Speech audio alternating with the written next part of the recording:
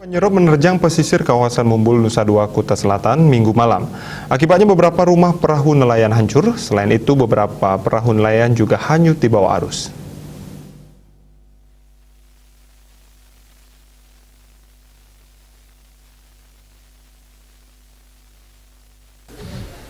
Kepala Lingkungan Mumbul Nyoman Astawa mengatakan peristiwa ini diketahui oleh nelayan saat hendak melaut dini hari. Ada 3 rumah perahu milik kelompok nelayan Mekarsari yang roboh diterjang air laut. Selain itu ada 5 perahu yang hanyut terbawa arus.